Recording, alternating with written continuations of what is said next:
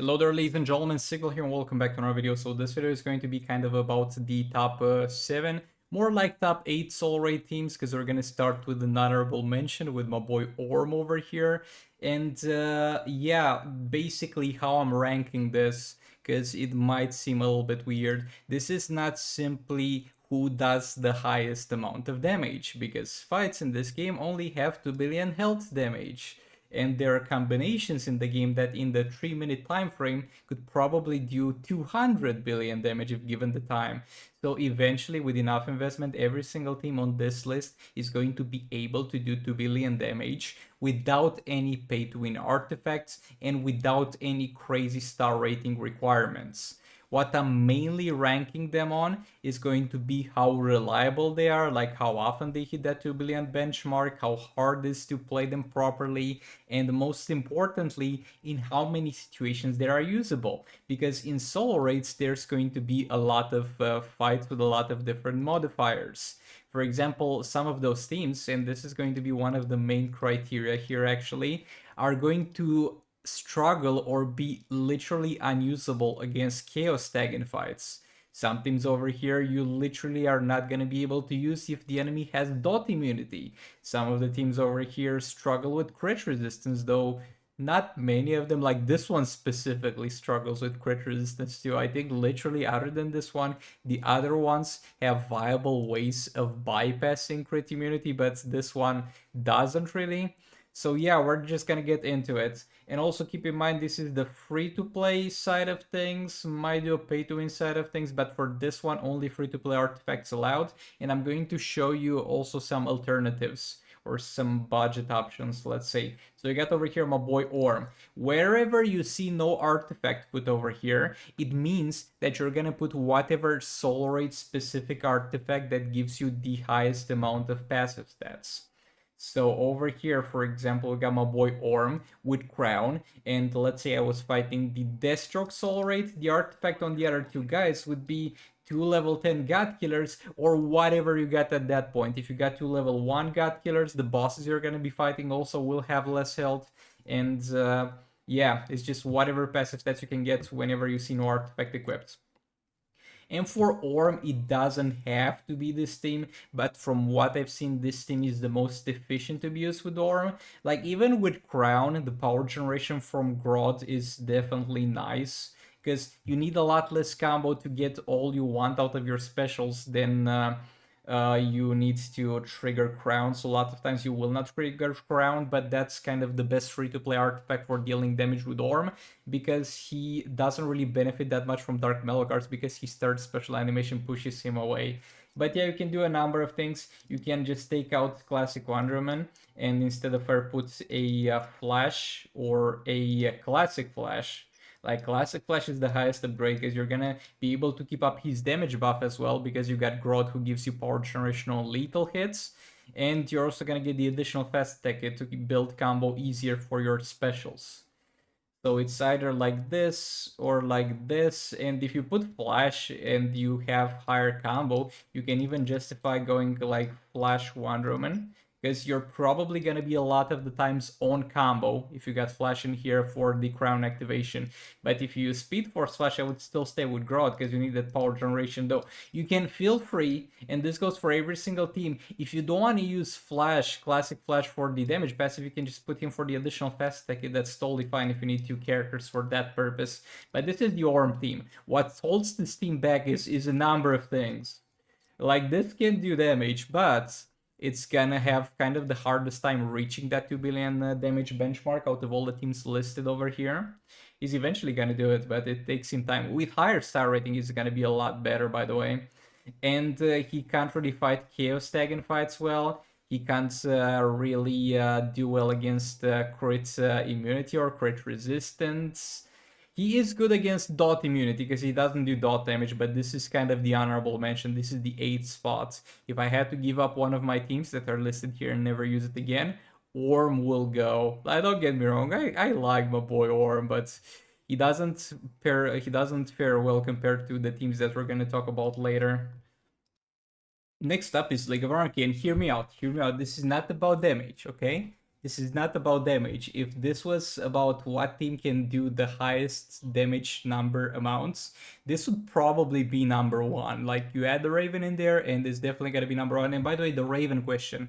Raven can probably be put in at least half of those teams and heavily improve their performance. But that's not our goal. That our goal is to create out of Raven another team that does 2 billion damage and wouldn't do without her. So that's where Raven's gone. That's why you're not gonna see Raven in League of Anarchy, for example, even though it's very good for them. But yeah, you League of Anarchy, you go Zatanna with Puppet equipped. You trigger Puppet, and then you just spam Puppet and tag either Harley or EPI. Either of them is good as a damage dealer. The only consideration is which one of them you get gears on, or which one of them is higher class ascension. Because Harley's got one additional fast attack hit, but EPI's got the better class passive, which gives her lethal damage, which is nice. But even without that, this team is fine. Let's say you don't have Zatanna.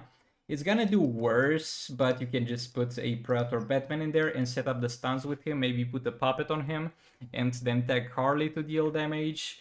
You can even put Puppet on EPI and put a Joker in there to increase the dot damage, and you spam Puppet with EPI, you tag Harley in. Yeah, this is a good team, and this is probably the highest damage dealing team in this game if you're using the Zatanna Puppet setup. Like, if we had infinite health on the fights, this would probably deal the most damage. But the problem is, they do well against crit immunity. But that's about it. Chaos tagging, you're not gonna have a good time. Dot immunity, dot resistance hardly bypasses that. Dot immunity, you're not gonna have a good time. Stun immune fight, you're not gonna have a good time. I mean, with stun immune fights, a lot of times you just deal enough damage to the point where you can just get Harley out because you no longer benefit from damage against stun target and put Joker and use EPI as the damage dealer. So you're kind of fine there as well. This can do well against every single fight that it does well against, if that makes any sense. But as soon as you go into a situation where you're not gonna have the best of times, it's gonna suck. Also, an honorable mention here, like, I'm not gonna put this team and rank it separately at all, because this is a very specific team, but we have some bosses in this game. For example, Final Boss Collector of Worlds Superman. Do you know how you one-shot that? Like this. This is a team to fight Collector of Worlds Superman Final Boss, because you get the damage buff from Zatanna, you get the damage against target from Raven, and then EPI is going to deal massive damage despite every single thing any boss in this game can do to stop it, except for Chaos tagging or dot immunity. So this is the thing, okay? This team is a thing that you're gonna use very rarely, but it's gonna be very effective in those situations. But I'm not gonna rank it because it's a very situation specific team that you're not gonna use in your daily fights. But just letting you know, this is a thing. But yeah, yet again, it's so low on the list because you really have to pick your fights. And there's a lot of fights where I'm like, nope, I cannot use League of Anarchy here. It's gonna be a bad time. Okay, so here we have Shazam. So Shazam, I mean, if you don't have Killer Frost, this is below League of Anarchy and probably below Orm, because probably you cannot combo interrupt well enough with him. I cannot combo interrupt well enough with him. His attack pattern is atrocious. It's something else, dude. And look, honestly, I might backpedal on this. League of Anarchy probably goes above this. Like, never mind. Number 7 Shazam, number 6 League of Anarchy. But what's really nice about Shazam is you can play him without Killer Frost. But if you have Killer Frost in the team and you can freeze the target, you just do not have to use any brain capacity. There, you just keep the enemy perma stunned, perma-frozen, excuse me, you do your thing, and then you kill them. And what's very good about Shazam is that, except for Chaos tagging fights, in which he doesn't have a good time, which is kind of a thing for a lot of teams on this list, except for that, he can fight anything. I mean, again, stun-resistant fights, if you can combo interrupts and not need Killer Frost, it's doable. But other than that, he doesn't care about crit resistance because you're using Dark Mellow cards and it works for the super move. He doesn't care about dot resistance, dot immunity, lethal resistance, lethal immunity. He just doesn't care. He just wants the enemy to be there, to be stunnable, and to not tag him out, which is not that many concerns to keep in mind compared to some other characters. Like, he's very convenient because of not caring about crit immunity and dot immunity. Shazam's great. His attack patterns just suck. Please, next update, delete this from the game and give him the gold Shazam attack pattern. I'm begging you, but Shazam's great.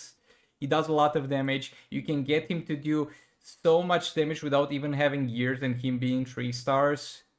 He's crazy good. He's just clunky to play. And yeah, also Dark Metal cards on him, whatever artifact you want to get on the other characters, whatever artifact gives you passive stats. And he kind of wants flash because he relies on combo. Some other stuff you could do for Shazam if you don't have Killer Frost. Not play him, I guess. Yeah, jokes aside, maybe Dr. Fate for a little bit of a power reduction. Maybe something else I did in another video was use Flash as the combo builder, and then just tag this guy in to do his specials, and then eventually super move and not keep him constantly in the fights. But yeah, you really are going to have a better time with him if you have Killer Frost.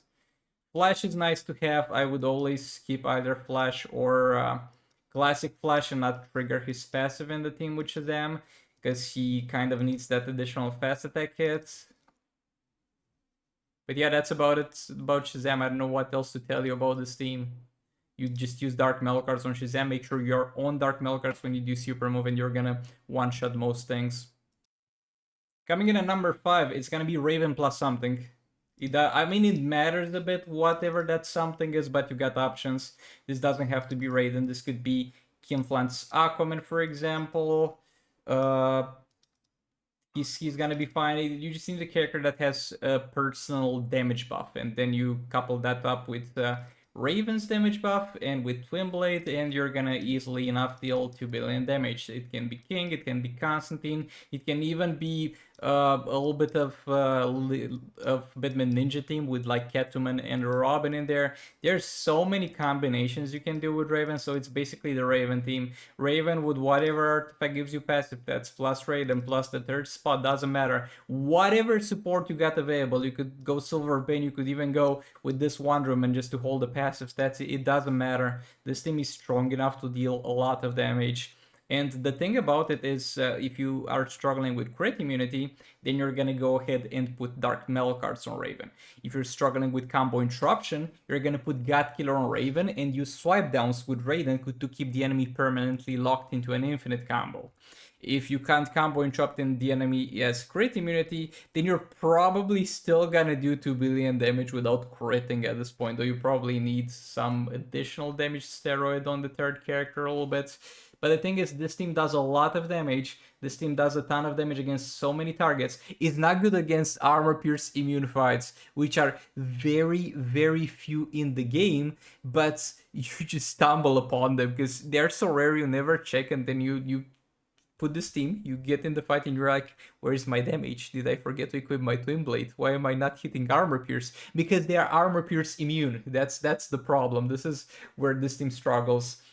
Is not the best against Chaos tag in fights, but you can do it. You can somewhat do it.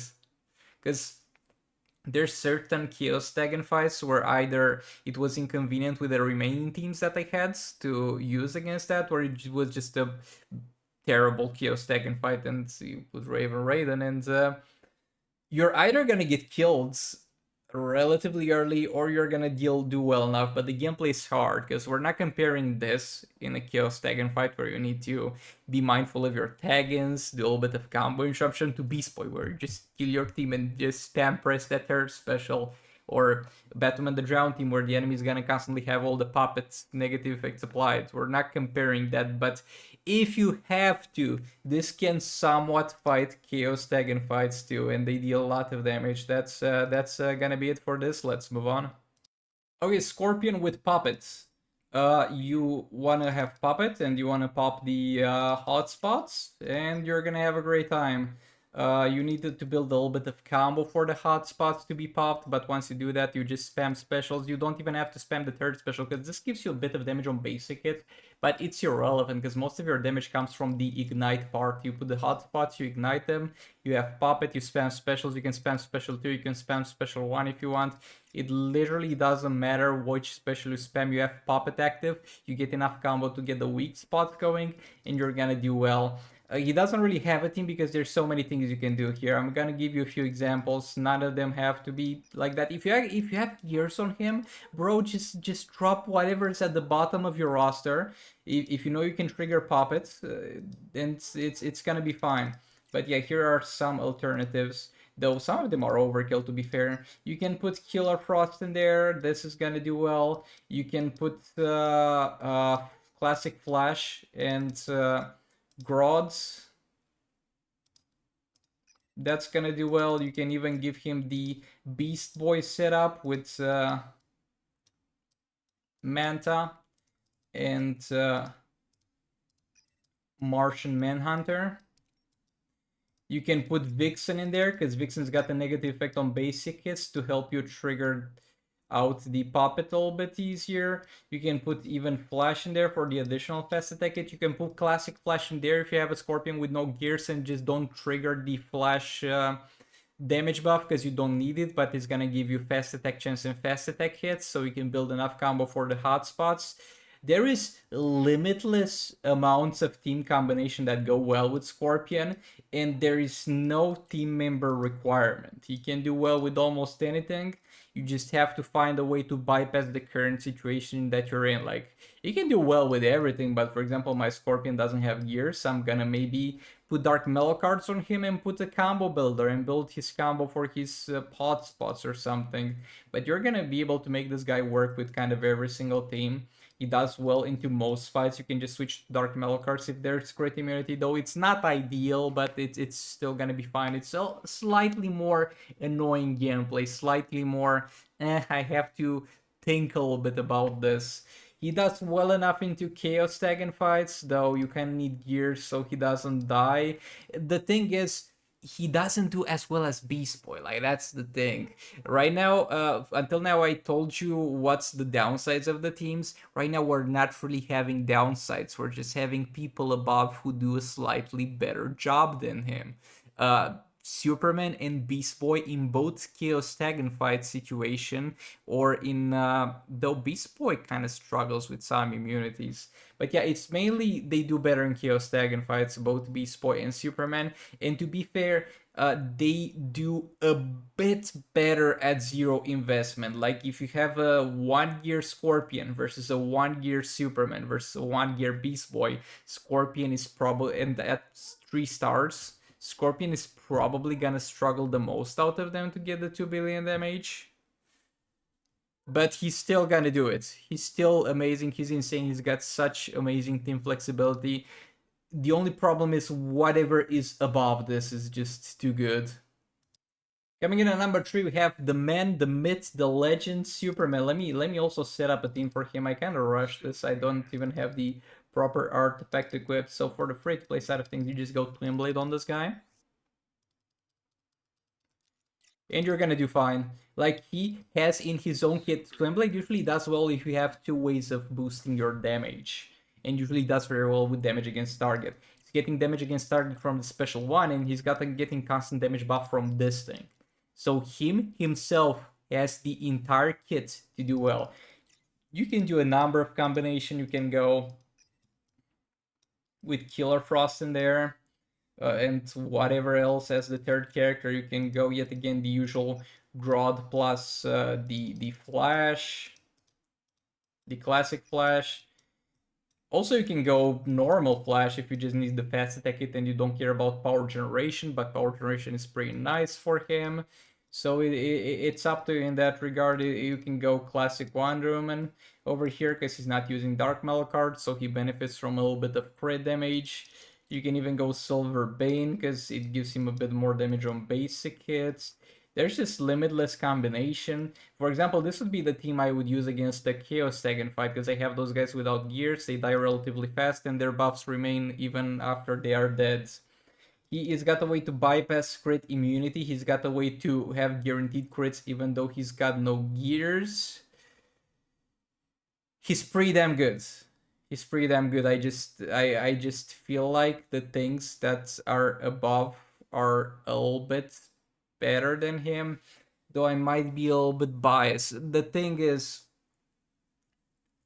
Beast Boy and let's talk about what's gonna be above this. Beast Boy, for example, like Batman the Drowned, I don't even care. Like you're gonna I'm gonna tell you that Batman the Drowned is number one, and you're gonna believe me and agree. Like I don't discuss that thing, but between Beast Boy and Superman, it's definitely a discussion to be had. Like Beast Boy is more convenient in Chaos Tag and fights, and it's a lot easier to play because you're just brain dead pressing the third special. Though you are to an extent brain dead pressing the third special with this guy, but before you do that, you gotta spam a couple of special ones. You gotta maybe combo interrupt. Maybe you have to cycle between third special and special one to keep getting damage against targets while getting unhittable, and in that case, it will take you a long time to get fully buffed. I don't know. I'm not sure I can make the best arguments, but I just feel like I can rely a bit more on Beast Boy, though. It's definitely a close one. Like, if you think Superman is better than Beast Boy, you're not necessarily wrong. I just personally have a different opinion. Like, it's a very close one anyway. Let's not have a fight about this, okay? If you think Beast Boy should be higher or lower, then it's fine. And this guy higher, it's fine. Okay, so here's Beast Boy. Scrap this. This guy doesn't need the artifact. It's Manta, Martian Manta, Beast Boy. That's the team I usually use. It's convenient. You use a special, you get instantly into infinite power, but you don't have to have this team. We can. Oh, I've not refreshed the phone. Let me edit my team. You can have a number of things again, kind of literally the same things as with Scorpion, like Vixen, for example, can be put here to help easier activation of Puppet and whatever third character you want. Maybe you don't have full crit chance on Beast Boy because you're missing some gears, so just go ahead and put the Silver Bane and it's gonna be fine for you. You just gotta get Puppet going. You can put Grodd because it's negative effects added, and then you do a special and you activate Puppet. But once you get Puppet going, Beast Boy is just gonna go and not stop. Like, this is one of the reasons why I think it's better than Superman. Beast Boy, after he activates Puppet, he is peak performance. He can be peak performance 10 minutes into the goddamn fight. And from that point on, you literally cannot screw up the fight because you gotta just keep pressing one button. And yeah, Beast Boy is gonna be a lot worse without Puppet. Like, if Puppet didn't exist in the game, because I did have this discussion with somebody in the comments, you would probably be like number 6 or number 7, or maybe even not worse than Worm. Not worse than Worm. He might be number 6 or number 7 if Puppet of Zetian artifact didn't exist. It exists. It's in the game. You're eventually gonna be able to grind it for free, and it's by far the best artifact for Beast Boy. And this guy does well almost anywhere. Does very well against Chaos Tag and fights.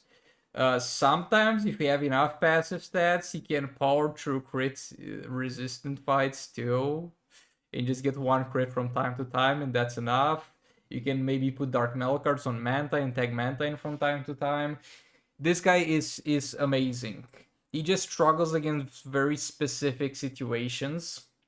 Like, for example, Chaos Tag and crit immunity, dot immunity fight, which is purple Superman in Rise of Krypton Soul Raids. He struggles against dot immunity. Against dot resistance, it's not that bad. You can just most likely power through it because you just got insane, absolutely insane amounts of damage. Like, scrap what I said about League of Anarchy. If we were to give like full power to a team, no, but if you go Raven League of Anarchy, then probably still League of Anarchy does well, but this guy does tons of damage. That's the point I'm trying to get across, and he's number 2 because he has some very rare situations where you don't really want to use him. Number 1 is going to be the Batman the Drown team, and this is not about damage. If tomorrow they made it so that the fights would have like 20 billion damage instead of 2 billion damage, this team would heavily drop because As far as damage output goes, they are actually one of the lowest damage output teams in this list, but at the same time, they can get to billion damage with no problem, and that's all they need to do. And there is 0 fights in the game. Fights in the game do not exist where this team doesn't do well. They do well against scratch resistance, they don't care about stun immunity, they don't care about crit immunity, they don't care about lethal immunity. They are one of the best and most reliable team in Chaos Tag and Fuzz just because of their survivability. Like, this team feels like literally cheating. It feels like you're using the developer mode and you cannot be killed by the enemy because you got Gatkir on Battle Metatron reducing the attack of the enemy, you got Puppet on Robin King constantly blinding the enemy and disabling their specials. The enemy literally stops existing as a threatening entity, they more exist as a damage sponge that you deal damage against. And this tends to happen with a lot of other teams, but it doesn't happen for the other teams in every single situation. For this team, it happens in every single situation. And if you mess up and get Robin King killed, Batwoman the Drone revives him. Batwoman Drone herself can't die because God Killer is on her and reduces the attack of the enemy. There's 0 fights in the game where this team is not gonna, if not kill from the first time, and it's very rare that it happens that it doesn't kill from the first time, it's gonna kill in 2 attempts. And it will probably take countless attempts with other teams. Yeah, it's just currently the most reliable team in the entire game in most situations, the least dangerous team to use because you literally cannot die. You just have to not play that bad to the point where you don't do 2 billion damage. But again, if the health of the fight in soul rates would get adjusted and the enemy would have a lot more health, this team wouldn't have the highest damage output. Probably you would maybe use a different artifact on Battle Underground like Crown, and it would be a whole different story because you wouldn't have the convenience of God Killer, or they would simply just deal less damage and fall a lot on the list. But since there's only 2 billion health in the game, those guys are the most efficient in most situations to deal exactly as much damage as you need. This team is the only team in this list that can kill every single fight in the game. If you had to play only one single team from this list and not change anything about it, any team member, and just play this 7 times a day in soul raids, you would get stuck with pretty much everything on this list except for this team. This team could go for on every single soul raid from the first fight to the last fight, from normal to heroic 7, and just eventually kill everything. And that's why it's number 1. But yeah, let me know what you think in the comments. Thanks so much for watching. I'll see you on the next one. Goodbye.